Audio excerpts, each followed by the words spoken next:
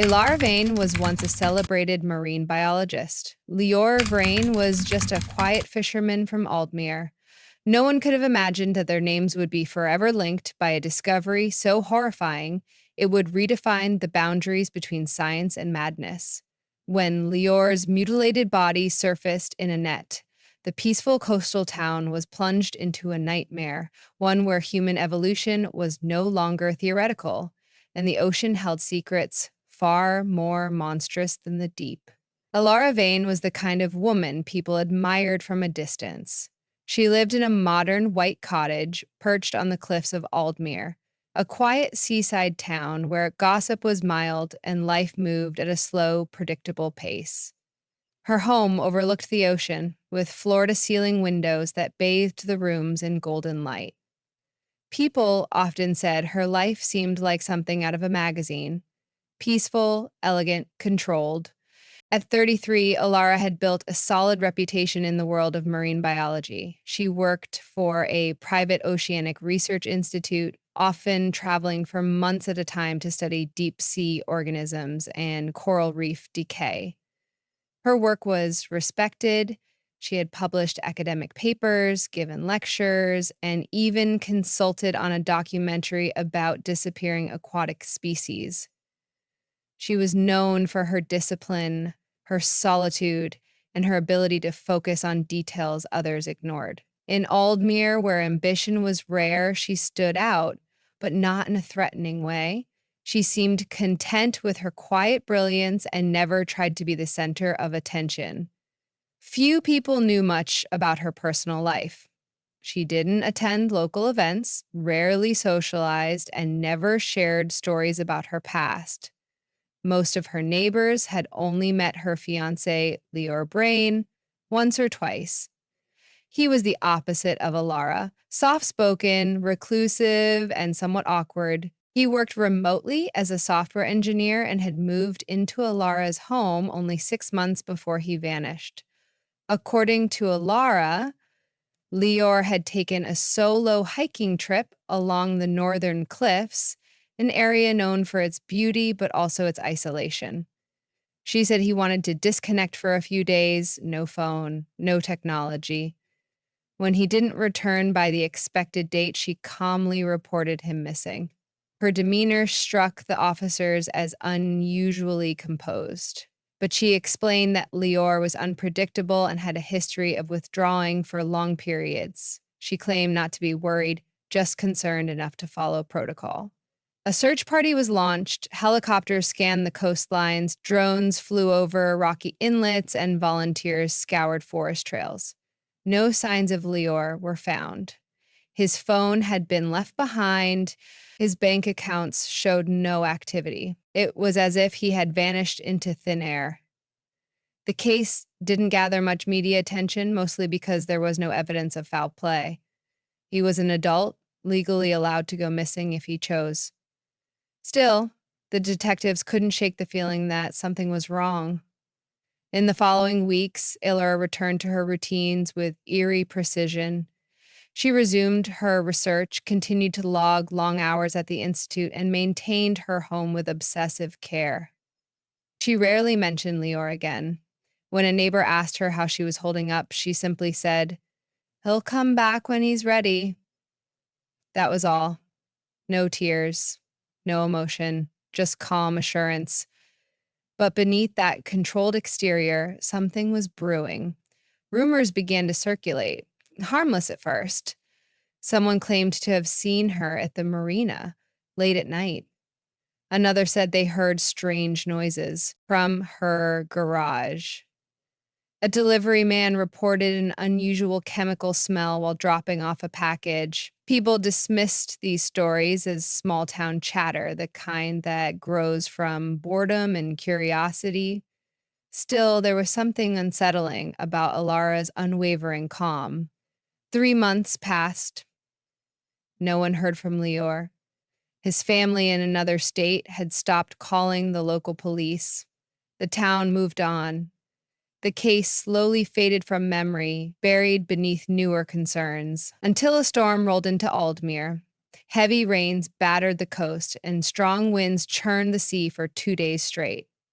When it cleared, a fisherman brought in a net snagged on something heavy and strange.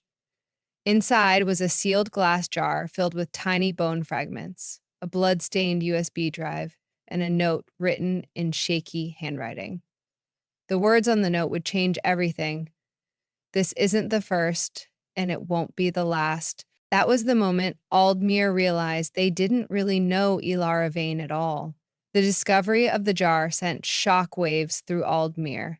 The fisherman who found it was an older man named Ren Dalk, known in the town for his quiet nature and sharp intuition. He had cast his nets just a few miles off the coast, near an area called Rook's Hollow, a deep water cove where few dared to fish because of the sharp rocks below. When he pulled in the net and saw the jar, he initially thought it was a discarded scientific container. But the moment he noticed the small bones inside, clearly human, he contacted the authorities. The jar was airtight, sealed with industrial epoxy. Inside it, investigators found fragments of a human hand, specifically finger bones. They had been cleaned, dried, and arranged neatly. Alongside them was a blood-stained USB drive and a crumpled piece of paper with one chilling sentence: "This isn't the first, and it won't be the last." The handwriting was thin and uneven, almost as if written in a hurry or by someone with trembling hands. Forensic teams immediately began analyzing the contents. The USB drive was encrypted, but tech experts managed to break through the protection. What they found was a set of video files, each labeled with numbers rather than names. The footage was grainy and disturbing. Clips of a man shackled at the wrists and ankles, submerged waist deep in water inside a metal tank. He was conscious, blinking, clearly aware. Electrodes were attached to his chest. Monitors recorded his heartbeat, oxygen levels, and temperature. His face was partially visible in one of the recordings. It was Elara Vayne. The police now had confirmation. Lior hadn't disappeared. He had been held somewhere, tested, recorded, and eventually killed.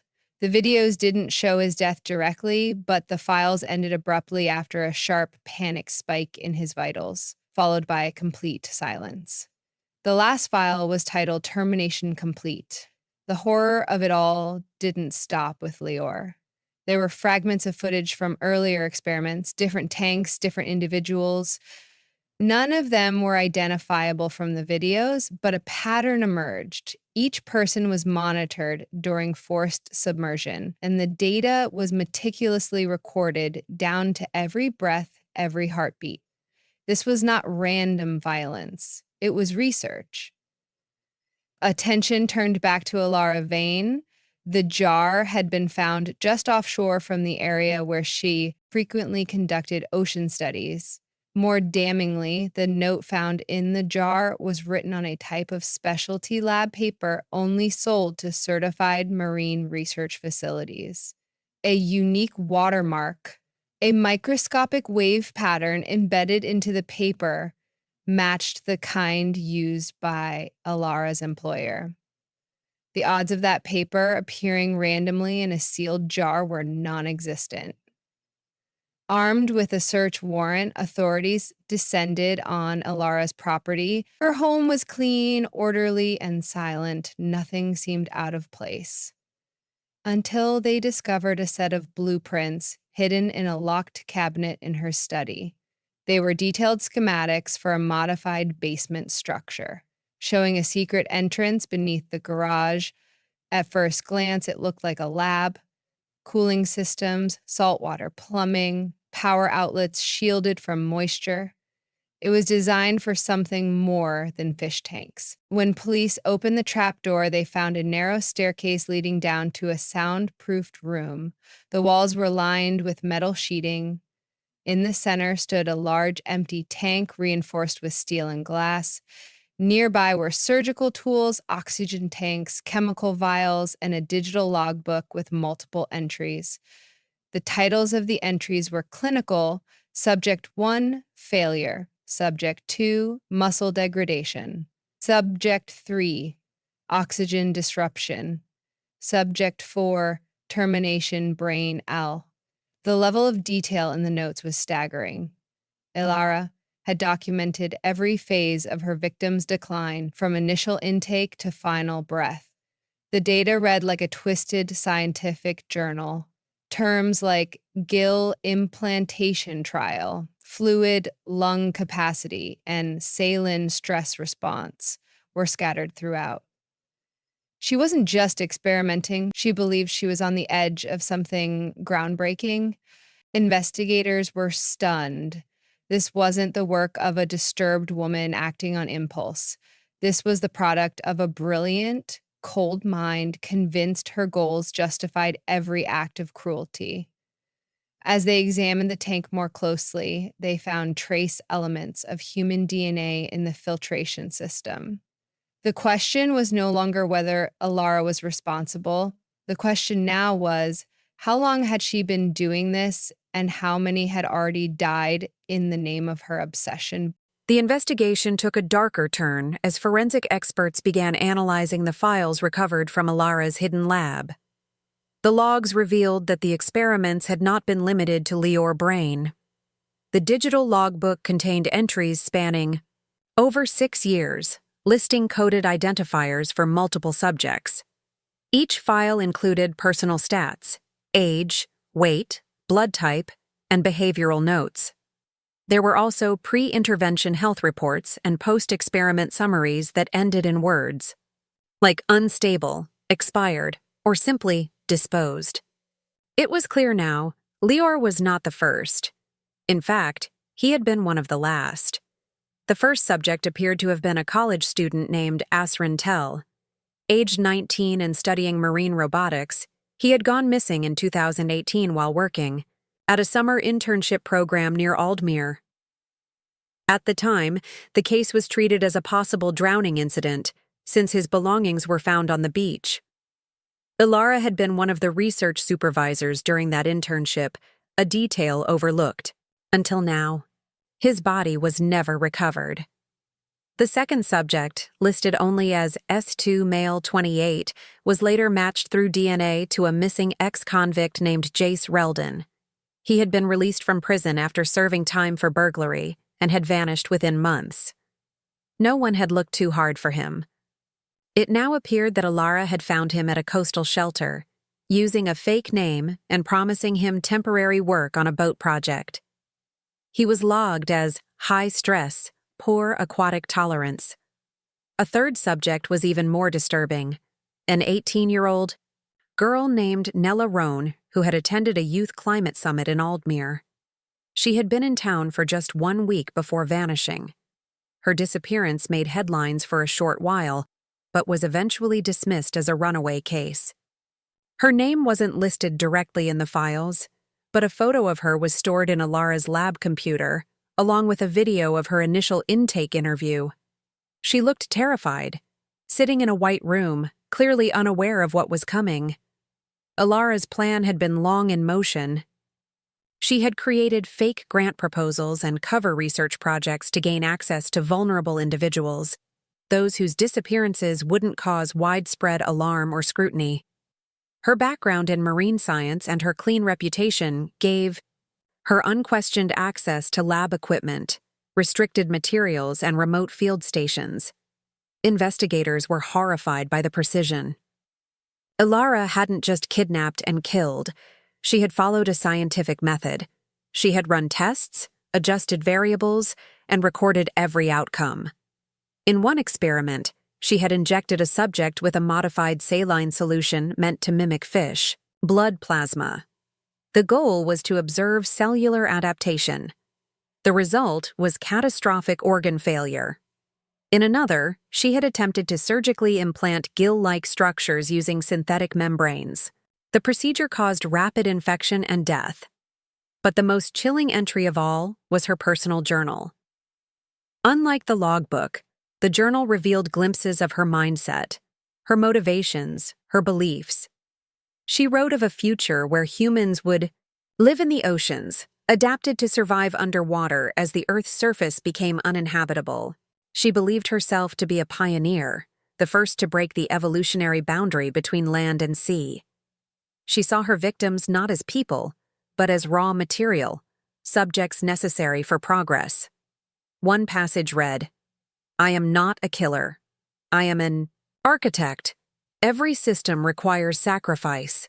Nature demands it."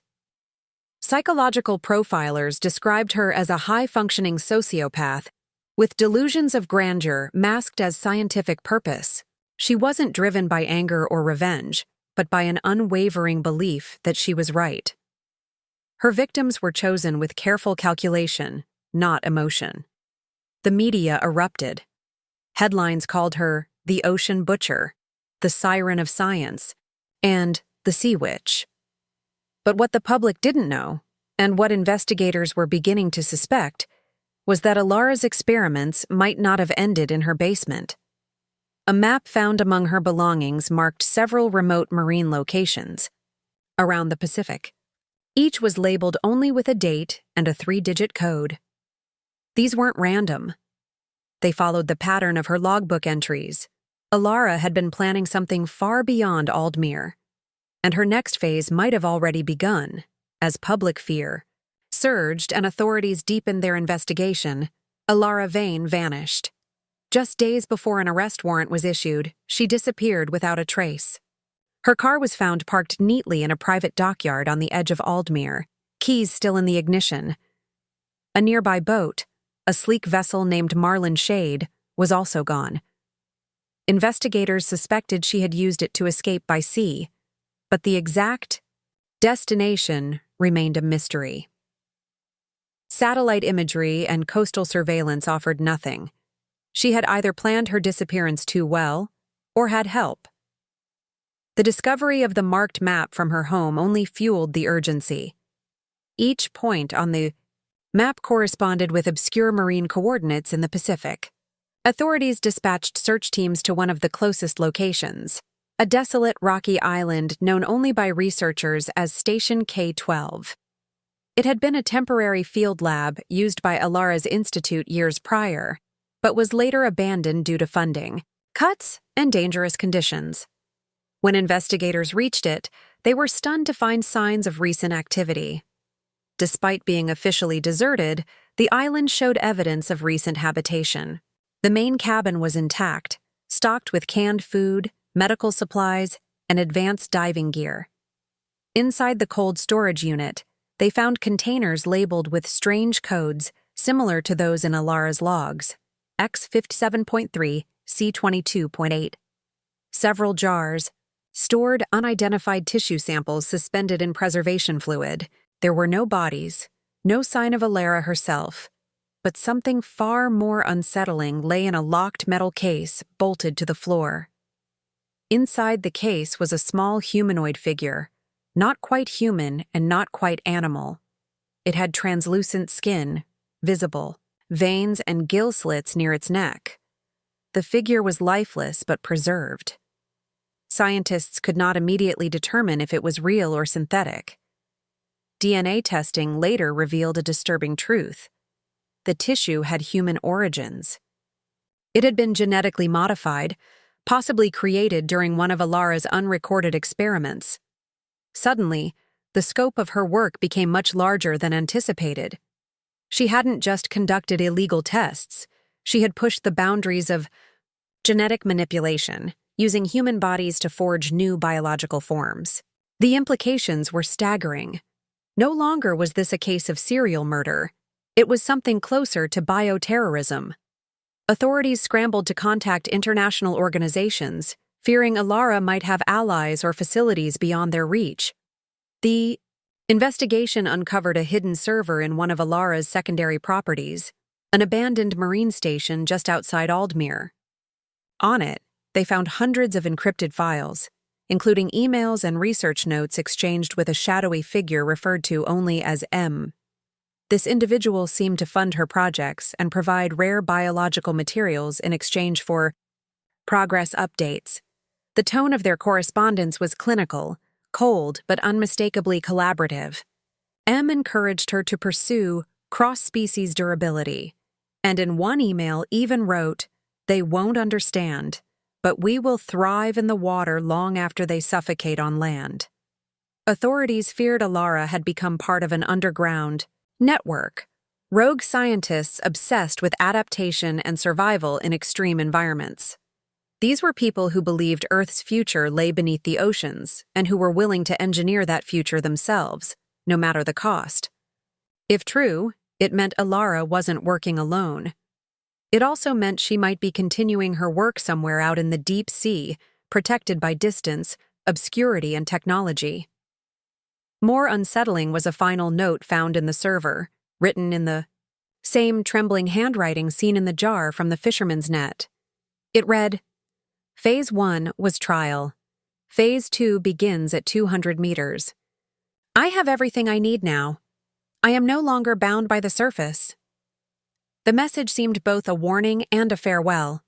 It implied her work had reached a new stage, one that no longer required secret basements or remote islands. She had, in her own twisted way, succeeded. The sea was her new domain. Back in Aldmere, the town lived in the long shadow of her legacy. The case became one of the most disturbing in modern history, not because of how many she killed, but because no one could say where she was or what she was creating next. But the name Elara Vayne refused to fade. Her crimes were replayed endlessly on news stations, podcasts, and documentaries. A task force dedicated to deep-sea tracking was formed in coordination with international maritime agencies. Still, she remained untraceable. Every lead evaporated into the ocean she had long admired, studied, and now claimed as her own. But then something strange happened. Off the coast of New Zealand, a private salvage vessel, the Horizon Wake, picked up a series of irregular sonar pings. They had been scanning for sunken cargo containers when they detected an unnatural formation on the ocean floor. It resembled a structure, cylindrical, metallic, and partially buried beneath layers of sediment. At first, the crew thought it was an old submarine or an experimental vessel lost decades ago. But as their remote submersible moved closer, the footage revealed clean metal plating, reinforced windows, and blinking lights. It was operational.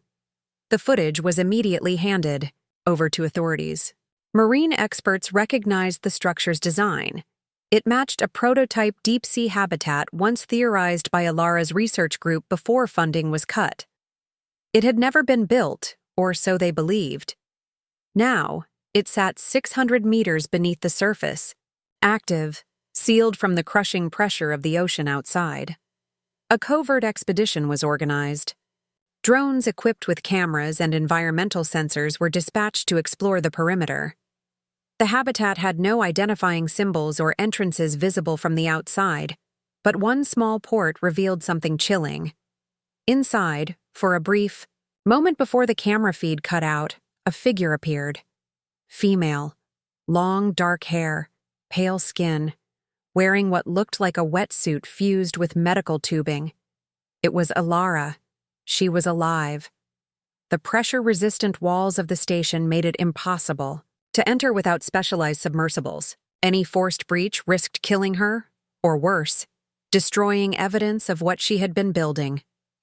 Authorities debated their options, but Elara made the next move for them. 2 days after the sighting, a floating buoy was found on the surface, near the habitat coordinates. Attached was a waterproof container holding another USB drive and a handwritten note. The note read, "I've achieved Phase 2. Your world is unfit for survival. Mine is adapting. If you come down here, you won't survive the transformation." I did. The USB drive contained hours of footage. In them, Elara documented her new life. She had performed experimental surgeries on herself, lung compression trials, eye membrane enhancements, and bloodstream filtration to process oxygen from high-pressure water. Her body bore visible scars, and her voice, now rasping and slow, sounded unlike the confident scientist she once was. She claimed to have stabilized aquatic integration using her own DNA and synthetic adaptations developed over years of tests. The footage showed tanks filled with fluid and shapes floating within. Unclear, humanoid, perhaps not entirely. Alive. Elara referred to them as offspring, or vessels, implying she had cloned or cultivated new beings, merging human and marine biology. Whether they were conscious, functional, or merely grotesque failures wasn't clear. The final clip was the most haunting. She stood before a camera in a dim-lit corridor of the underwater habitat, staring directly into the lens. Her eyes had changed, larger, glassier, reflecting like a fish. She said nothing.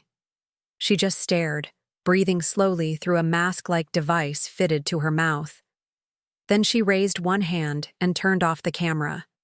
The message was unmistakable. She was beyond capture. She had not only escaped justice, she had evolved past it. Authorities sealed off the region and prohibited civilian exploration. They classified the habitat site, fearing both public panic and biohazard risks. No rescue missions were planned. The ocean had swallowed Elara Vayne, and in many ways, it had welcomed her. But rumors began to spread. Fishermen near the restricted zone claimed to see strange shapes in the water. Deep-sea divers reported malfunctioning equipment and hearing distorted human-like sounds through the currents. Whether these were hallucinations, panic, or something else, no one could say for sure. The most shocking murder case had ended not with justice, but with transformation. Elara Vayne had become something no one could have predicted. Not a fugitive, not a scientist, but a warning. A reminder that sometimes monsters aren't born. They're made, patiently, deliberately, beneath the waves.